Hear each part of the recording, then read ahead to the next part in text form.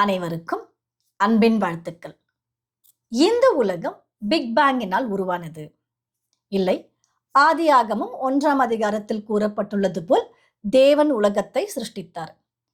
4ஆம் நாளில் தான் சூரியன் தோன்றினது என்றால் முதல் நாளில் தோன்றின வெளிச்சம் என்ன?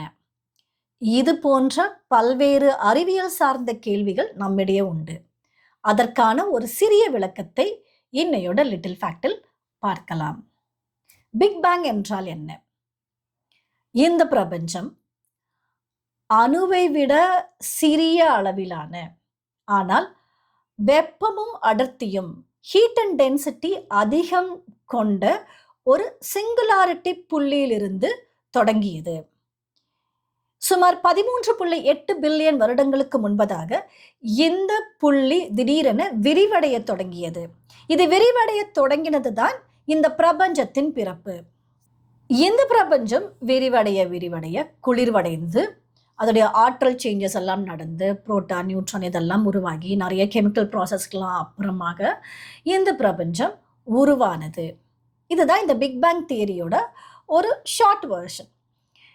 இந்த பிக் பேங் தியரியை குறித்து முதலில் 1927ஆம் வருடம் ஜார்ஜஸ் லெமெத்ரி அப்படின்ற ஒரு பெல்ஜியன் பிசிசிஸ்ட் இந்த பிரபஞ்சம் ஒரு சிங்கிள் பிரைமேவல் ஆட்டம்ல இருந்து தொடங்கியது என்ற கருத்தை முன்வைக்கிறார்.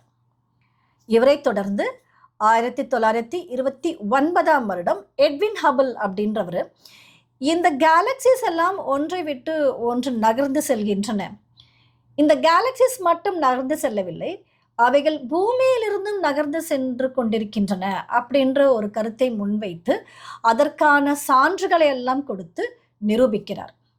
இந்த கருத்தை 1964ஆம் வருடம் காஸ்மிக் மைக்ரோவேவ் பேக்ரவுண்ட் ரேடியேஷன் முறைப்படி இது முழுமையாக நிரூபிக்கப்படுகிறது.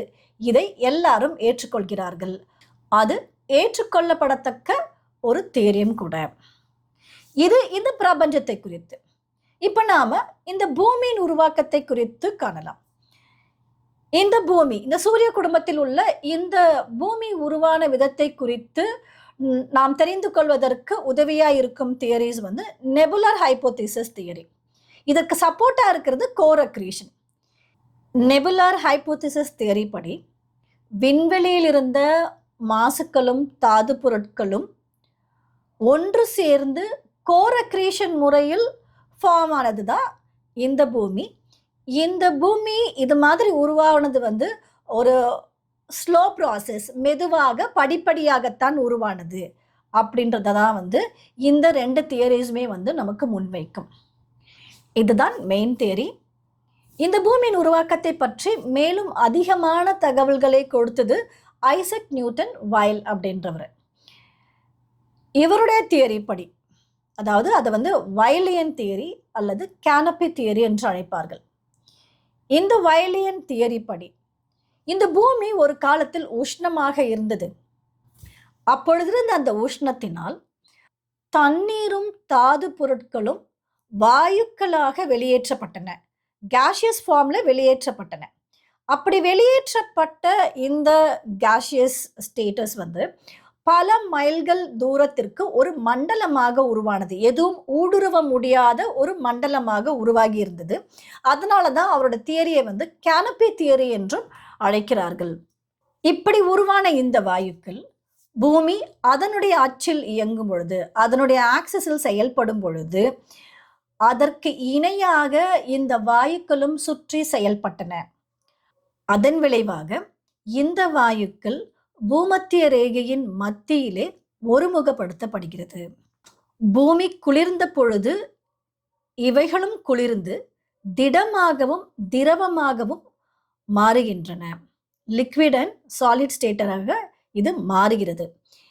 இப்படி மாறும் பொழுது புவியீர்ப்பு விசையின் காரணமாக எந்த தாது பொருட்களுடைய அடர்த்தி, டென்சிட்டி அதிகமாக இருக்கிறதோ அவைகள் முதலிலும், அடர்த்தி குறைந்தவைகள் அவைகளின் மேலுமாக ஒன்றன் பின் ஒன்றாக, ஒன்றன் மேல் ஒன்றாக பூமியின் மேலே வீழ்கின்றன. கடைசியாக இருந்தது இந்த நீராவி.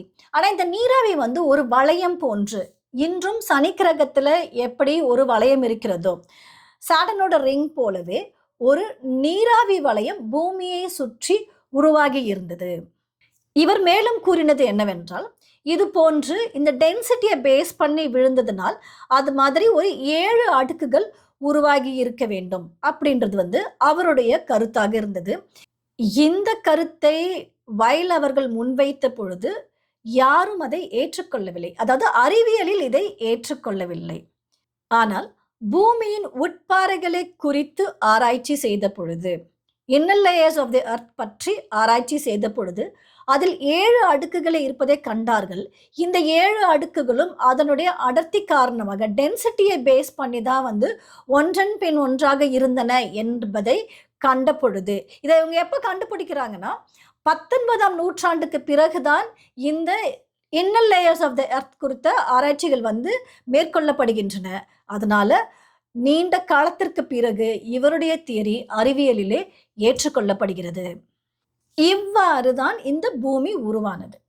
இவ்வாறு உருவான இந்த பூமியை குறித்து, அதாவது இந்த பூமியின் ஆரம்ப நிலையை, beginning status of the earth குறித்து இந்த அறிவியலும் அறிவியல் அறிஞர்களும் கூறுவது என்னவென்றால், இந்த பூமி இருளாக இருந்தது, இருண்டிருந்தது, ஒழுங்கற்று இருந்தது, சமுத்திரங்களினால் மூடப்பட்டிருந்தது, அடர்த்தியான காற்று மண்டலத்தினாலும் மூடப்பட்டு இருந்தது. வாசிக்கலாம். ஆதியாகமம் 1ஆம் அதிகாரம் 2ஆம் வசனம். பூமியானது ஒழுங்கின்மையும் வெறுமையுமாய் இருந்தது, ஆழத்தின் மேல் இருள் இருந்தது. ஆதியாகமம் 1ஆம் அதிகாரம் 1ஆம் வசனத்திலே ஆதியிலே தேவன் வானத்தையும் பூமியையும் சிருஷ்டித்தார். அதாவது ஏதோ ஒரு பிகினிங்ல, இந்த பிகினிங் நம்மளால டிஃபைன் பண்ண முடியாது. ஒரு பிகினிங்ல தேவன் வானத்தையும், ஆங்கிலத்தில் ஹெவன்ஸ், அப்போ வானங்களையும் பூமியையும் சிருஷ்டித்து விட்டார். இந்த சிருஷ்டிப்பின் காரியம்லாம் முடிஞ்சதுக்கு அப்புறமா ஆதியாகமம் 1ஆம் அதிகாரம் 2ஆம் வசனத்திலிருந்து நாம் பார்ப்பது என்னவெனில், ஃபர்ஸ்ட் பார்க்கிறது என்னன்னா, இந்த பூமியோட ஆரம்ப நிலை. இந்த பூமியோட ஆரம்பம் எப்படி இருந்தது அப்படின்பதை நாம் எப்படி வாசிச்சோம்னா, ஒழுங்கின்மையும் வெறுமையுமாய் இருந்தது, ஆழத்தின் மேல் இருள் இருந்தது. இதுதான் எர்த்தோட ஸ்டார்டிங் கண்டிஷன், பிகினிங் கண்டிஷன் இதுதான். இந்த வசனத்திலிருந்து நம்ம தொடர்ந்து என்ன பார்ப்போம் என்றால், இந்த ஒழுங்கின்மையாக இருந்த இந்த பூமி ஒரு மனிதன் வாழத்தகுந்த இடமாக எவ்வாறெல்லாம் பண்படுத்தப்பட்டது, என்ன ப்ராசஸ்களெல்லாம் அது போயிட்டதுக்கு அப்புறமா ஒரு மனிதன் வாழத்தகுந்த இடமாக இந்த பூமி மாறினது என்ற கம்ப்ளீட் டீட்டெயில்ஸை நாம் தொடர்ந்து வாசிப்போம். ஆனால் பூமியின் ஆரம்ப நிலையை குறித்து வேதாகமும் அறிவியலும் சொல்லும் கூற்று ஒன்றுதான், அதில் வேறு எந்த வித்தியாசமும் இல்லை அப்படின்றது இன்னையோட little fact. Stay tuned for the complete creation process. சிருஷ்டிப்பின் முழு செயல்முறையையும் தெரிந்து கொள்ள தொடர்ந்து இணைந்திருங்கள்.